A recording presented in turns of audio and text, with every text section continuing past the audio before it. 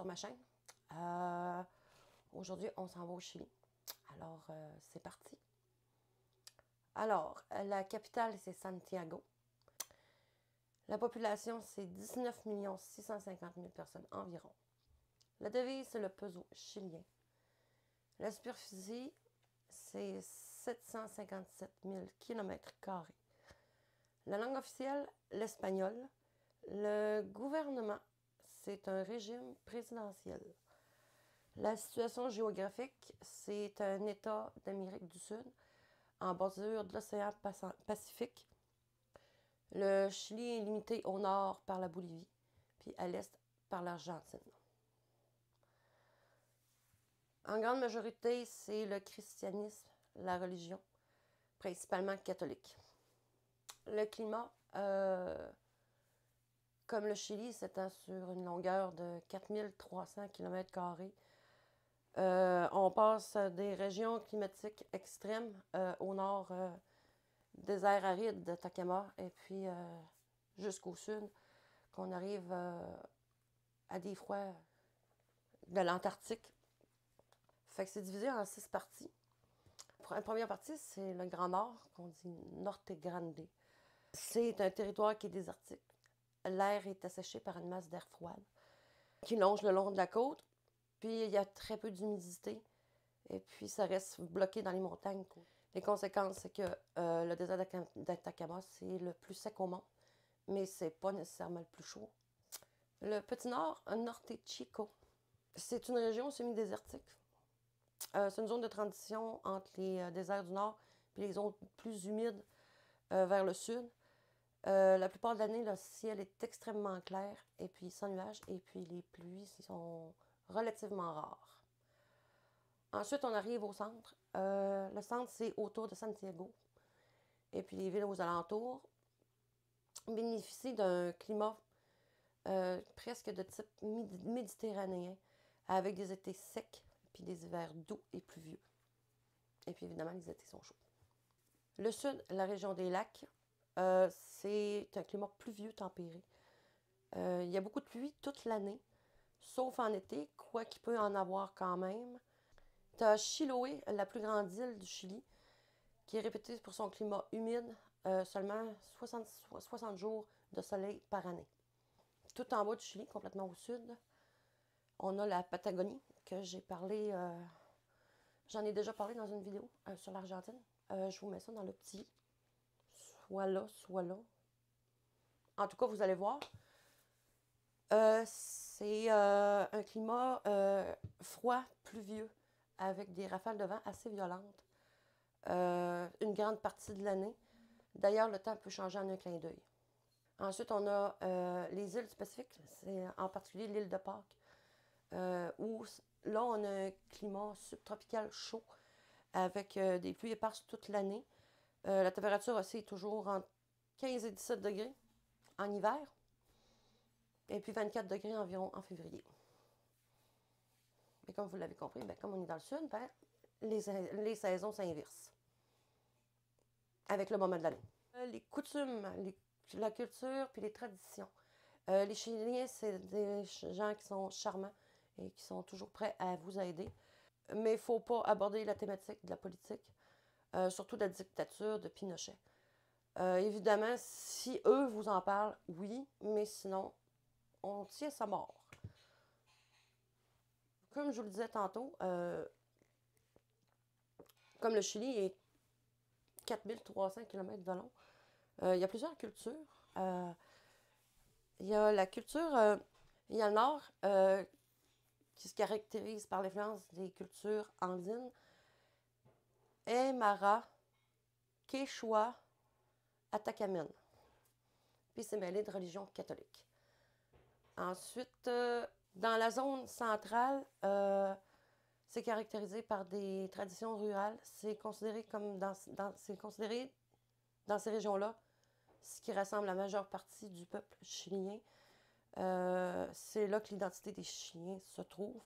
D'ailleurs, il y a des fêtes importantes comme l'indépendance qui a lieu le 18 septembre, qui montre très fort leur patriotisme.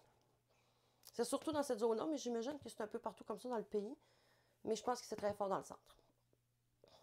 Ensuite, on a la culture mapuche qui prédomine dans la région d'Araucanie, Temuco.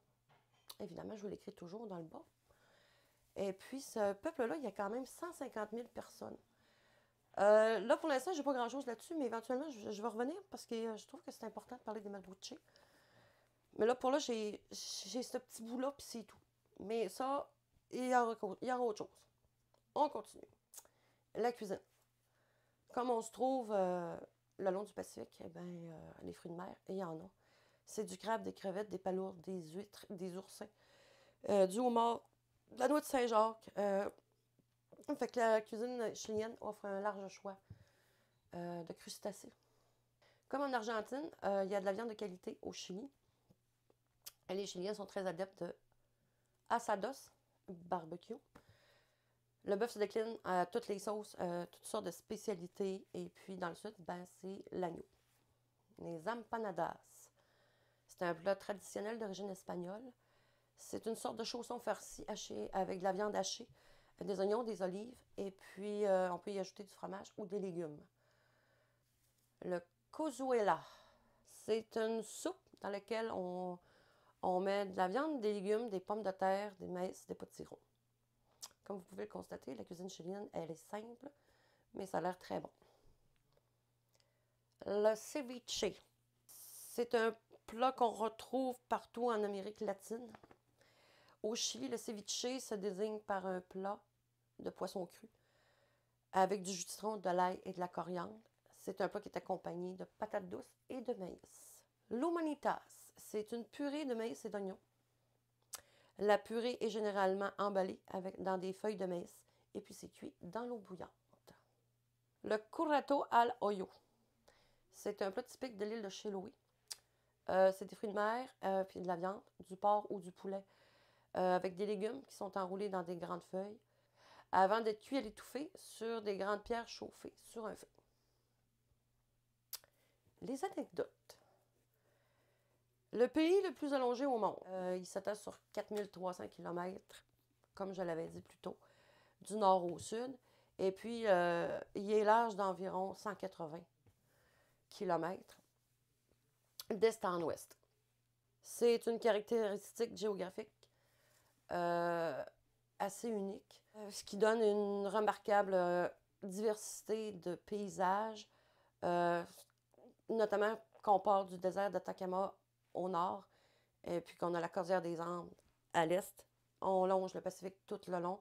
Et puis quand on arrive complètement en bas, au sud, on tombe en Patagonie avec les glaciers, le vent, le froid. Ça, oui, ça doit être assez particulier.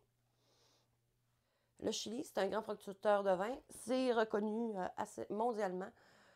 Le climat est favorable ainsi que les vallées fertiles. C'est des conditions idéales pour faire pousser du raisin. Le Chili, c'est un endroit idéal pour les astronomes, surtout dans le coin du désert d'Atacama, où est-ce que le temps est sec. En hauteur, le ciel est souvent dégagé. Et puis, c'est des conditions optimales pour pouvoir observer le ciel. La plus grande piscine au monde se trouve au Chili. Elle a été même dans le livre des records Guinness. Elle se trouve à Algarrobo, au Chili. C'est connu sous le nom de Crystal Lagoon, Laguna Baia. C'est un énorme lagon artificiel qui s'étend sur une superficie de, attendez, 8 hectares. C'est très gros. Et puis, c'est une quantité industrielle d'eau. Il y a 66 millions de gallons d'eau de mer. C'est énorme. L'île de Pâques, connue localement sous le nom de Rapa Nui. C'est une île isolée au sud de l'océan Pacifique et fait partie du territoire chilien. Évidemment, l'île est réputée pour ses statues moai emblématiques. Je vais l'écrire en bas, je ne sais même pas si c'est comme ça que ça se prononce, mais je crois que oui. C'est des figures massives en pierre sculptées par les peuples indigènes Rapa Nui il y a plusieurs siècles.